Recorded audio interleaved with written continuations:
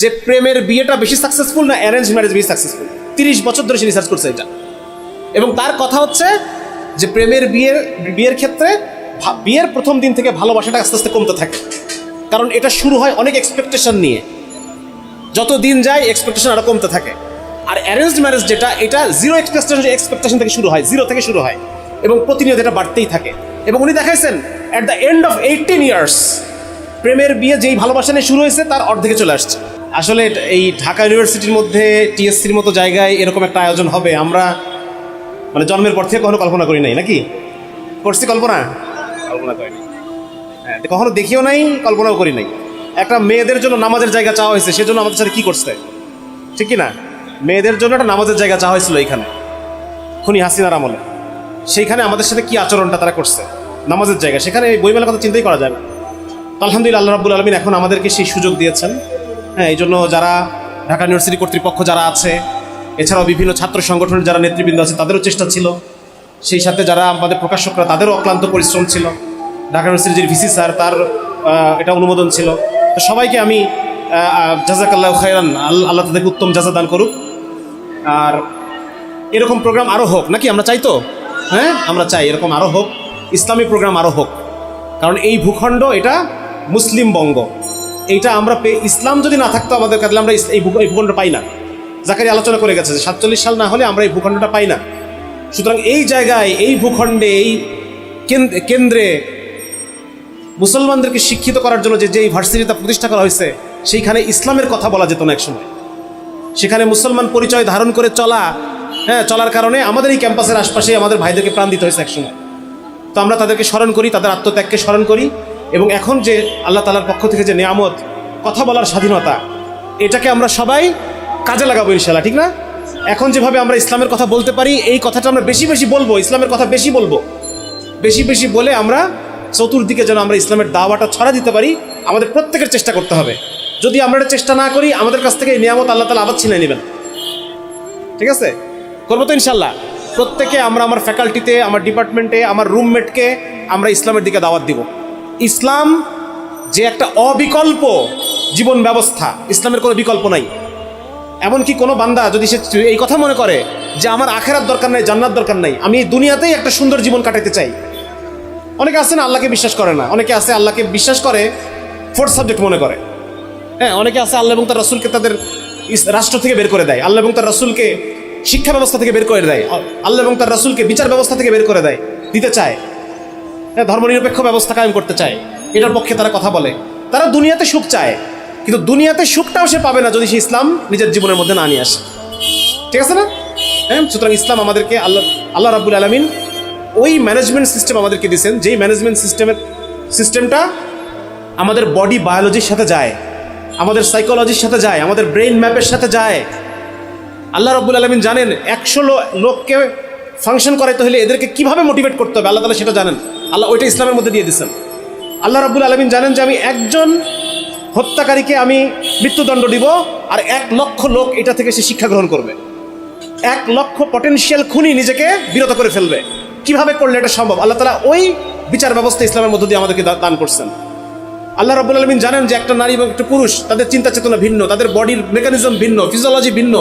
এদেরকে লং টার্মে সংসার করাইতে হলে, একসাথে রাখতে হলে কিভাবে পরিবার ব্যবস্থাপনা দিতে হবে, আল্লাহ তাআলা ওইটা দিয়ে দিয়েছেন আমাদের। সুতরাং ইসলাম হচ্ছে ফিতরাতি জীবন ব্যবস্থা। কি এটা ভাই? রাসূলুল্লাহ সাল্লাল্লাহু আলাইহি ওয়াসাল্লাম বলেন এই দিন হচ্ছে ফিতরাতের দিন। ইসলাম হচ্ছে ওই ফিতরাত, মানে হচ্ছে ফিতরাত শব্দটার অর্থ হলো ফাতরা, সৃষ্টি করা। আল্লাহ তাআলা যেভাবে যেটা সৃষ্টি করেছেন, যেভাবে পুরুষকে সৃষ্টি করেছেন, যেভাবে নারীকে সৃষ্টি করেছেন, যেভাবে মানুষের কালেকটিভ সাইকোলজি কাজ করে, আল্লাহ তাআলা যেভাবে সৃষ্টি করেছেন, ওই জিনিসটাই আল্লাহ তাআলা তার রাসূলের মাধ্যমে আমাদের কাছে ইসলাম হিসেবে পৌঁছায় দিয়েছেন। এখন আমি ইসলাম ছাড়া অন্য কোনো জিনিস যদি আমি আমার জীবনে আনতে চাই, তাহলে আমার বডি কাজ করবে না, আমার ব্রেন ওটাকে সায় দিবে না। হ্যাঁ, আমি এটা লং টার্ম এটাকে মেনে নিতে পারবো না। মানুষ মনে করবে আমার এখানে সুখ, কিন্তু সে সুখ পাবে না, শান্তি পাবে না, কারণ এটা ফিতরাতের বিরোধী, এটা ফিতরাতের বিরোধী। এই জন্য কি বললাম, কেউ যদি দুনিয়ার জীবনে সুখ চায়, তাকে ইসলাম অনুসরণ করতে হবে। তুমি স্বীকার করো আর না করো, মুসলমান নিজেকে স্বীকার করো আর না করো, ইসলাম যদি অনুসরণ করে না চলো, তুমি যে জীবনটা পাবা এটা একটা জানোয়ারের জীবন হবে, এটা একটা চতুষ্পদ প্রাণীর জীবন হবে, তুমি এখানে শান্তি পাবা না। তুমি মনে করবা যে এক পেগ মদ খাইলে পরে আমার মনে হয় অনেক শান্তি হবে। না, শান্তি হবে না। শান্তি হবে নাকি? যে লোকটা মদ খায় সে কি শান্তিতে আছে? বলেন না কেন? যে আল্লাহর হুকুম থেকে অন্যভাবে জীবনযাপন করে সে কি শান্তিতে থাকতে পারবে? সে শান্তিতে তার রূহ পেরেশান হয়ে যাবে, সে অশান্তিতে থাকবে। এজন্য আমরা সবাই ইসলামটাকে, আজকে আপনারা যারা এই তরুণ প্রজন্ম, আপনারা যেভাবে ইসলামকে অনুভব করতেছেন, এই অনুভবটা আমাদের আব্বা আম্মারা করতে পারেন নাই। সে সুযোগ ছিল না, সেই তথ্যের প্রবাহ ছিল না, এত আলেম ওলামা ছিলেন না, এত মানে ইসলামকে কি বলা যায়, মানে তখন বিজ্ঞান এতটা ছিল না যে বিজ্ঞান আজকে বিজ্ঞানের যে রিসার্চগুলো এগুলো ঘুরে ফিরে ইসলামের কথাটাকেই তারা প্রমাণ করতেছে। হ্যাঁ, আজকে একটা ঘটনা বলি আপনাদেরকে। আমার বিজ্ঞানীটার নাম ভুলে গেলাম। 30 বছর ধরে সে শুধু এটা রিসার্চ করছে যে প্রেমের বিয়েটা বেশি সাকসেসফুল না অ্যারেঞ্জ ম্যারেজ বেশি সাকসেসফুল। 30 বছর ধরে সে রিসার্চ করছে এটা।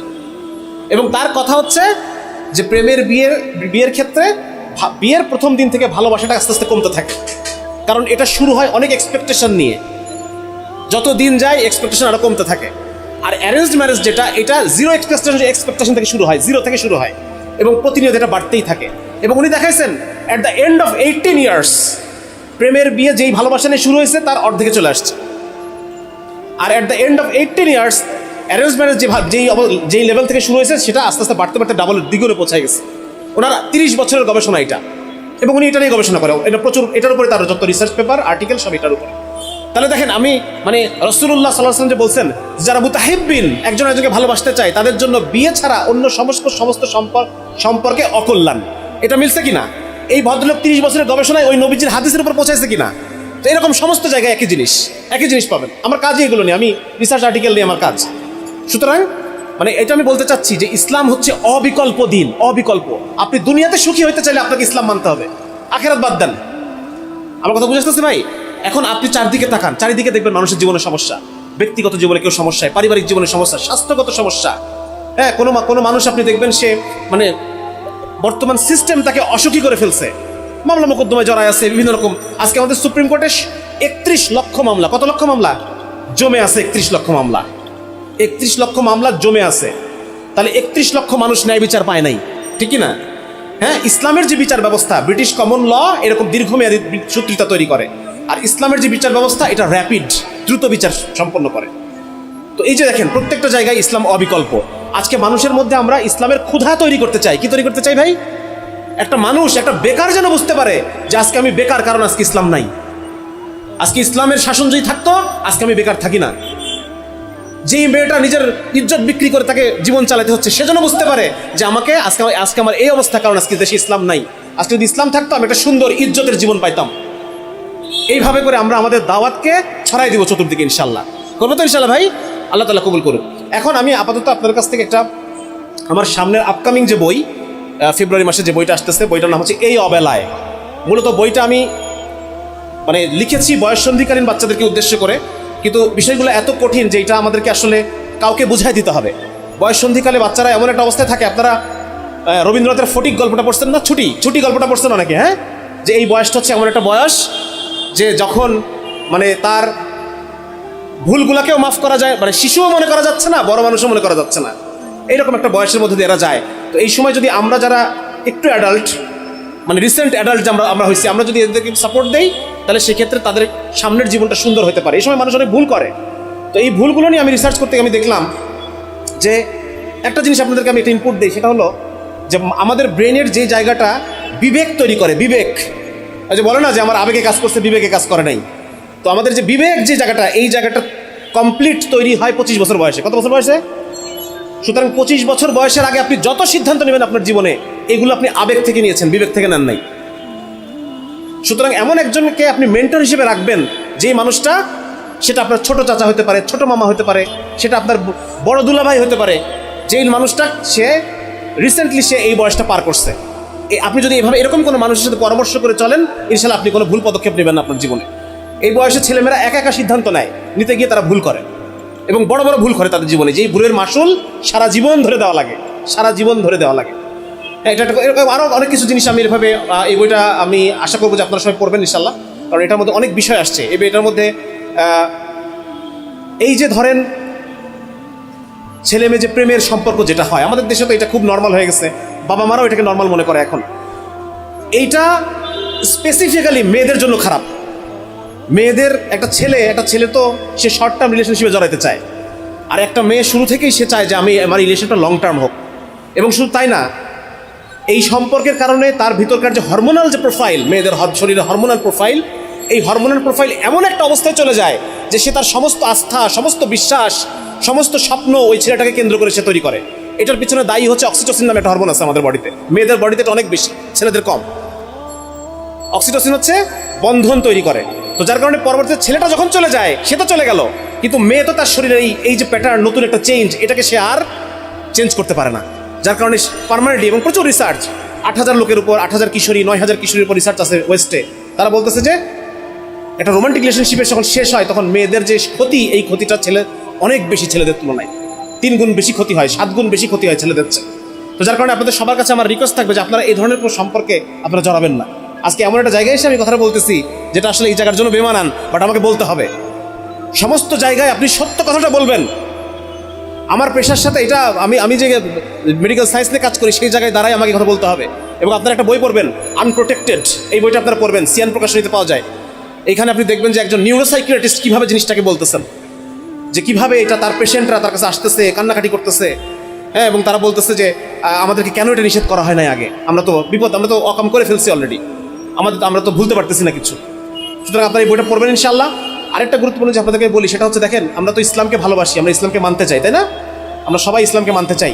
তবে প্রবলেম হয়ে গেছে যে আজকে ইসলাম যে জীবন ব্যবস্থার কথা বলে, আজকে আমরা এতটাই দূরে চলে আসছি যে ইসলামের সেই জীবন ব্যবস্থার কিছু কিছু বিষয় আমাদের কাছে অনেক কঠিন মনে হয়, আমাদের কাছে অনেক কি বলা যায়, অভান্তর মনে হয়, হাস্যকর মনে হয়, যার এটা কি সম্ভব নাকি? হ্যাঁ, তখন আমরা এগুলো নিয়ে বিভিন্ন ট্রল করি। ইসলামের কোনো বিধান নিয়ে ট্রল করা যাবে না। আপনার কাছে অপছন্দ হতে পারে, বাট অপছন্দ হলেও ইউ হ্যাভ টু সাবমিট। আপনাকে আত্মসমর্পণ করতে হবে। আপনার মাথায় ধরতেছে না, মগজে ধরতেছে না, আশপাশের মানুষকে দেখে মনে হচ্ছে যে এটা হাস্যকর একটা বিধান, কিন্তু আপনাকে সাবমিশন করতে হবে, আল্লাহর কাছে নিজেকে আত্মসমর্পণ করতে হবে যে আল্লাহ আমার বুঝে আসুক আর না আসুক। এবং আরেকটা গুরুত্বপূর্ণ একটা আয়াত বলে আমি শেষ করে দিই, সেটা হচ্ছে কোরআনের মধ্যে আল্লাহ তাআলা বলতেছেন, আউযু বিল্লাহি মিনাশ শাইতানির রাজিম, ইয়া আইয়ুহাল্লাযিনা আমানু তাকুল্লাহা ওয়া কুলু কাওলান সাদীদা ইউসলিহ লাকুম আমালাকুম ওয়া ইয়াগফির লাকুম যুনুবাকুম। আল্লাহ তাআলা বলতেছেন, হে যারা ঈমান আনছো, তোমরা আল্লাহকে ভয় করো, এবং আল্লাহকে ভয় করার ক্ষেত্রে তোমরা সত্য কথা বলো, সত্য কথা। যদিও এটা হাস্যকর মনে হয় মানুষের কাছে, সত্য কথাটা বলো, তাহলে কি হবে? ইসলিহ লাকুম আমালাকুম, তোমাদের আমলটা যেটা তোমরা করতে পারতেছো না, আমি সংশোধন করে দেবো এটাকে। ফর এক্সাম্পল, যেমন ধরেন যে আপনারা জানেন যে কি বলা যায়, ইসলামের বিধান আছে যেটা নাজায়েজ, কিন্তু আপনি এটা মানতে পারতেছেন না। এখন আছে না এরকম অনেক কিছু, হ্যাঁ, যেটা নাজায়েজ আমি জানি, এটা কনফার্ম নাজায়েজ, কিন্তু এটা আমি মানতে পারতেছি না। তার মানে কি আমি এটা নিয়ে ট্রল করবো? আল্লাহ তাআলা বলছেন, না, এটা করো না, তুমি আল্লাহকে ভয় করো এবং তুমি সত্য কথাটা বলতে থাকো। তুমি এই কথাটা মানতে পারতেছো না, কিন্তু বলতে থাকো, তাহলে কি হবে? তুমি যে মানতে পারতেছো না, আমি এটাকে সংশোধন করে দেব। এবং ইয়াগফির লাকুম যুনুবাকুম, এই তুমি যে মানতে পারতেছো না, আমি এটাকে ক্ষমা করে দেব। কিন্তু শর্ত কি? তোমাকে বলতে হবে যে এটা নাজায়েজ, এটা নাজায়েজ, এটা নাজায়েজ, এটা তোমাকে বলতে হবে। তুমি ট্রল করতে পারবে না। তোমার আমল আমি সংশোধন করে দিব, তুমি যে পারতেছো না, এটা আমি সংশোধন করে দেবো, আমি মাফ করে দেবো। কিন্তু তোমাকে কি করতে হবে? সর্ব অবস্থায় সত্য কথাটা বলতে হবে, সত্য কথার দাওয়াত দিতে হবে। হয়তো আমি নিজে অনেক কিছু মানতে পারি না, কিন্তু আমি সত্য কথাটা বলবো। আমার কথা বুঝতে পারতেছেন ভাই? হ্যাঁ, সত্য কথার দিকে মানুষকে দাওয়াত দিতে থাকবে। এই জন্য খুব গুরুত্বপূর্ণ একটা বিষয়। আপনারা আলহামদুলিল্লাহ, আল্লাহ রাব্বুল আলামিন আমাদের জন্য একটা বিরাট দাওয়াতের মৌকা তৈরি করে দিয়েছেন, সুযোগ তৈরি করে দিয়েছেন। এইটাকে কাজে লাগায়ে ইসলামের যে সঠিক বিধিবিধান আপনারা মানুষকে বলতে থাকেন, ওইটার মধ্যে হেদায়েত আছে। যদি আপনার কাছে মনে হতে পারে যে না, এটা বলা ঠিক হচ্ছে না, ঠিক না, মোটামুটি আমার আলোচনা এটুকুই। আপনাদের কাছে আমার নিবেদন থাকবে ইনশাআল্লাহ এরকম প্রোগ্রাম যেন আরও হয় এবং ইসলামকে যেন আমরা পরিপূর্ণভাবে জানতে পারি। আলহামদুলিল্লাহ, এখন অনেক সুযোগ, এখন অনেক বইপত্র আছে যেগুলা আমরা জেনারেল শিক্ষিত যারা আছি আমরা সহজে বিষয়টাকে ধরতে পারবো, অ্যাবজর্ব করতে পারবো বাংলাতে। হ্যাঁ, তারপর হচ্ছে আমরা যেরকম যে বিষয়গুলো আমরা মানে বুঝতে পারি সেরকম করে দেওয়া আছে এই বইগুলোর মধ্যে। আপনারা এগুলো পড়বেন, আরেকজনকে গিফট করবেন এবং দাওয়াতের কাজ করবেন ইনশাআল্লাহ।